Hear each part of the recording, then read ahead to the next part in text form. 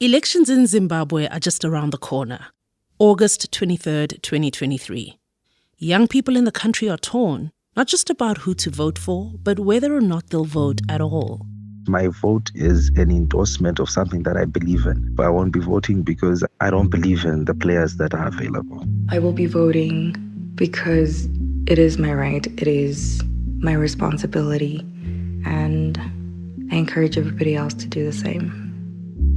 The election may be the first or second time young people can participate in the election of a president since the end of Robert Mugabe's 37-year rule in 2017. Tawanda Chimini, an elections expert from Zimbabwe, says an estimated 1 million people have registered to vote for the first time in this coming election. It's not yet clear if these people are actually young people, but people that try to register for the first time are usually young people.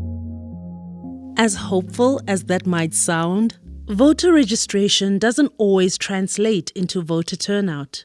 Hi, my initials are TC and I'm calling from Bulawayo. I won't be participating in these coming elections.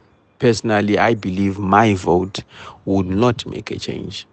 I'll be voting on the 23rd of August because it will be my chance to make key decisions on the quality of life that I want for myself, my family, and my communities.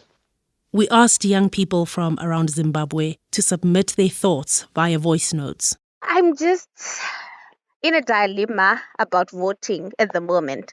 Also, we partnered with 2 reporters from Magamba Network in Zimbabwe, and they interviewed a handful of people. Our questions were simple but revealing.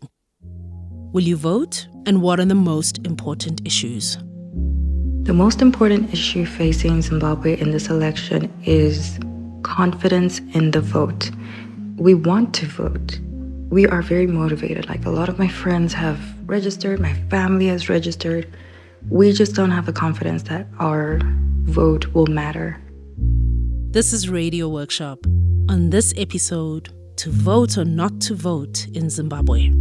I'm Lesedi Mokgwatle. I'm ES and I'm calling from Guero. My initials are MRB. SK. Good afternoon. My initials are LM. My initials are SM. You'll notice we only use people's initials. My initials, SN. Okay, so I'm TF. That's because Zimbabweans are afraid to speak openly about the elections, and for good reason.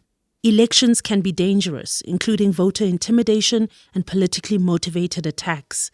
Media outlets are reporting that violence around the upcoming election has already begun. The fear is that if we're going to vote, is it going to be peaceful? Because people are afraid of violence. We Zimbabweans, we are a ticking time bomb. Every time we're likely to explode. Zimbabwe is only 43 years old, and out of those 43 years, Robert Mugabe was Zimbabwe's head of state for 37 of them. Mugabe was removed as president in 2017 during a coup. As far as military coups go, it was peaceful. No tear gas, no rubber bullets, no batons. And that's because the demonstrators and the military wanted the same thing, the removal of Mugabe.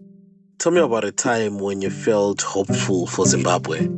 Kudzai Zvinavashe is a reporter for Magamba Network in Zimbabwe. This is going to get me killed. That's ZW. She's joking, but not totally joking. Speaking out in Zimbabwe can be risky. I hate that so much because I should feel free to talk about anything without feeling like, oh, they're going to get me.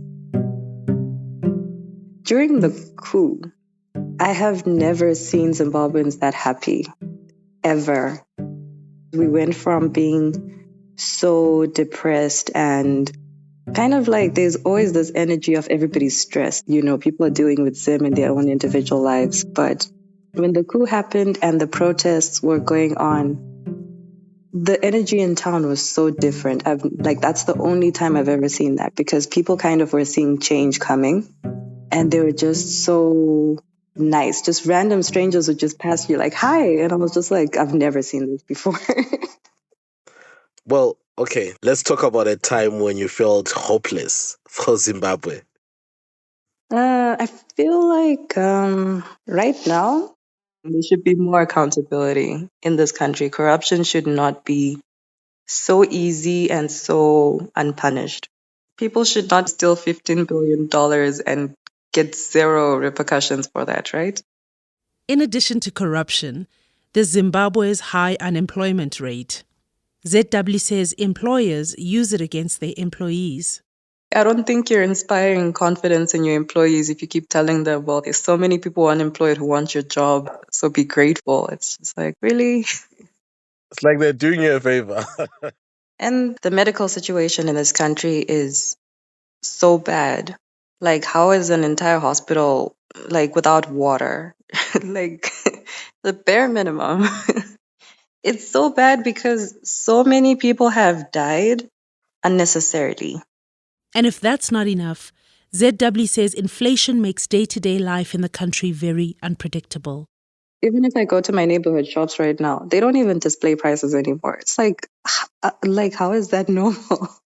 You find out when you get to the till, right? Exactly. Like an ideal Zim would have a functioning economy, you know? Like if you keep telling me it's 5,000 today, then it's 10,000, then it's 15,000. I'm not even sure what that means anymore. You know, I'm not sure what money means anymore. So the economic situation, it affects my mental health. You can't just like be chilled. It's there's always something breaking in the economy. ZW says she never wanted to be that person who leaves Zimbabwe. But at this moment, I kind of feel like I need a break. Experience some normalcy in a country where prices are not changing every day.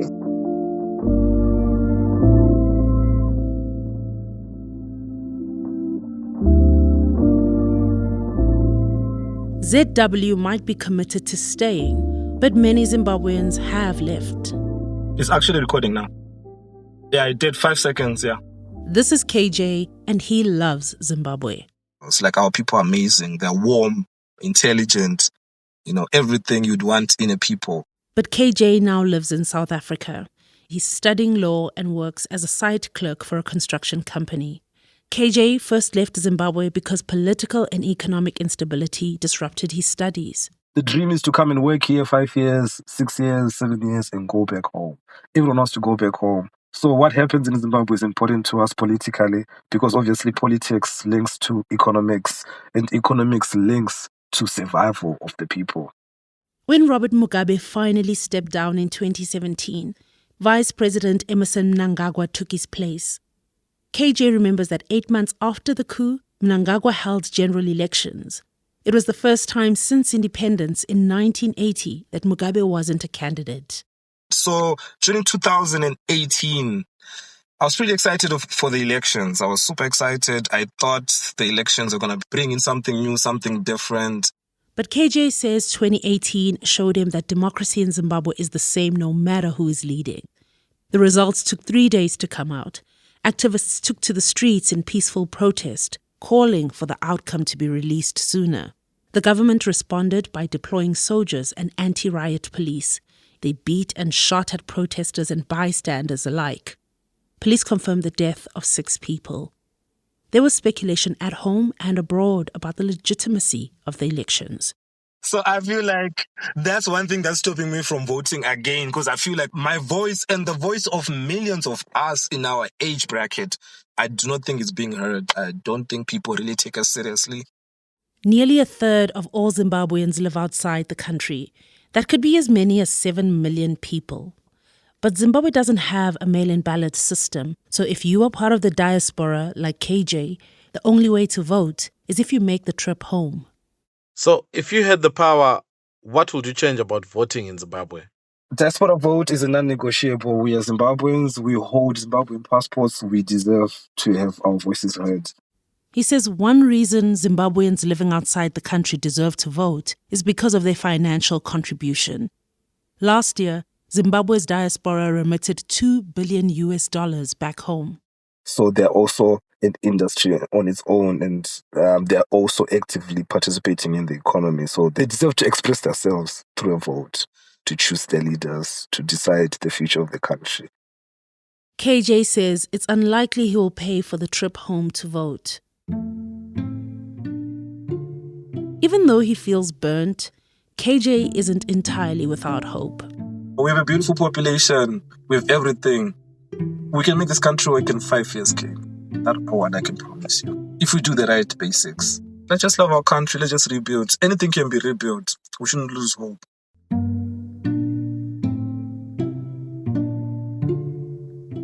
In the election next week, voters will select candidates running for local office, as well as members of parliament and the president.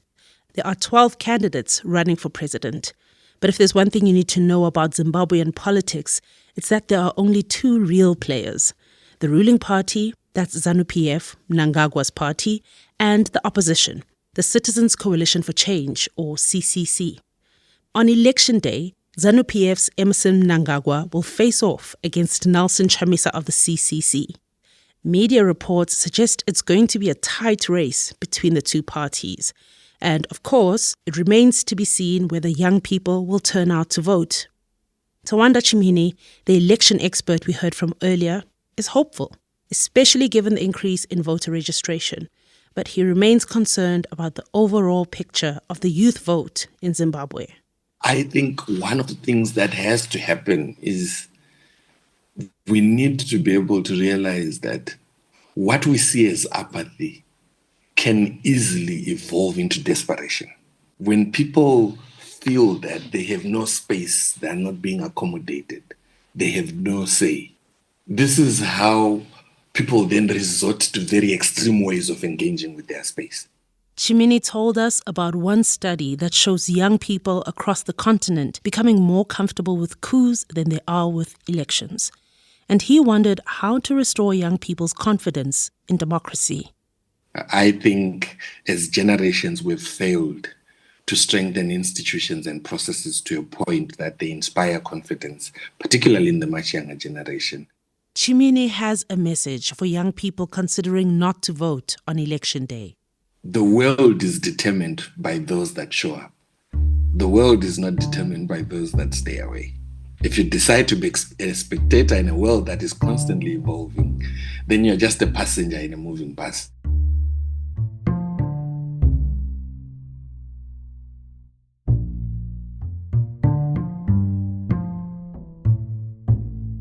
Will it be your first time casting your vote? Yes, it will be my first time. So what is motivating you to vote in this election? First of all, the reason why I'm doing it, it's my right. And I feel it's my sense of duty and my role in my community to take part in such events and voicing our opinions about the Zimbabwe we want tomorrow or the Zimbabwe we want in 10 years' time, for our children, for our grandchildren, because ideally that's what we should be voting for systems to be put in place now for future generations. You mentioned that you're still going to vote, despite your thoughts that your vote doesn't really matter. Why is that? It doesn't feel like it matters, but it feels like I should do it anyway. I should at least try,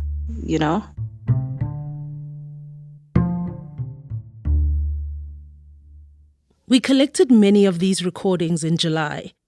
It's now mid-August, and a lot can happen in a couple of weeks. And so before we published this episode, we were eager to hear from Kudzai again, ahead of the elections that's just around the corner. We wondered what he's seeing on the ground as he reports for the Makamba Network in Zimbabwe. Kudzai, thank you so much for making time to speak to me. How are you feeling about voting? Zero expectations. All we can hope is that it's a peaceful process, and indications that we're seeing on the ground, it's not leaning towards the peaceful side. What's the vibe in Harare at the moment? It's the whole elections theatrics are playing out right now. The two main parties, the opposition and the main one, ZANU-PF, they have been aggressive and also have been doing these rallies across the country. So you find that the campaign trail has been punctuated by episodes of violence here and there. So fingers crossed it doesn't escalate into something big or we do not lose more lives building up to the elections. I asked Kudzai how the race is looking. It's really hard to get a feel of what the polls are saying because our media, just like our people, is highly polarized. So you find that everyone will be singing a tune to whoever they are in support of. But the trend that we have seen in the past 2 or so years has been that the opposition has a huge footprint in the urban population and the ruling ZANU-PF has dominance on the rural areas. Rural areas, I think, they're used to people who come with fertilizers, who come with seeds, who come with merchandise, who come with goodies. You have to come bearing gifts, that sort of thing. And ZANU-PF is really good at that. Kudzai says the mood is different this year compared to the 2018 election. In the last election, there was a bit of hope. The general messaging building up to those elections was, it's a new Zimbabwe. We are going to vote and your vote is going to count and let's vote in peace. It felt like literally the future is in your hands. So people came out in their numbers to vote. So whose hands, does the future lie in right now? Difficult to say, but definitely not the people. And what about you as somebody working in the media? What is your role in these elections and how do you feel about reporting in this time? The role of the media and my role as someone in the media is to say, look, guys, let's go and vote. Let's be peaceful about it. Because ultimately, we might be polarized, but we are tied together. We are all Zimbabweans.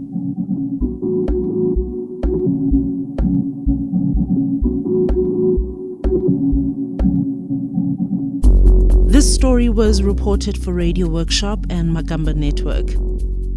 A special thanks to project coordinator Samantha Mandivei. Our reporters are Kudzai Vinavashe and Lynette Manzini from Magamba Network. Joe Jackson is our managing producer and she also produced this episode. Sam Brown is our producer mentor. Naomi Gruen is our associate producer. Rob Rosenthal and I edited this podcast. Music by Kamani Sambu at Edible Audio in Cape Town. Additional music by Blue Dot Sessions. Sound engineering by Joe Jackson and Mike Rayfelt. Thank you so much for listening.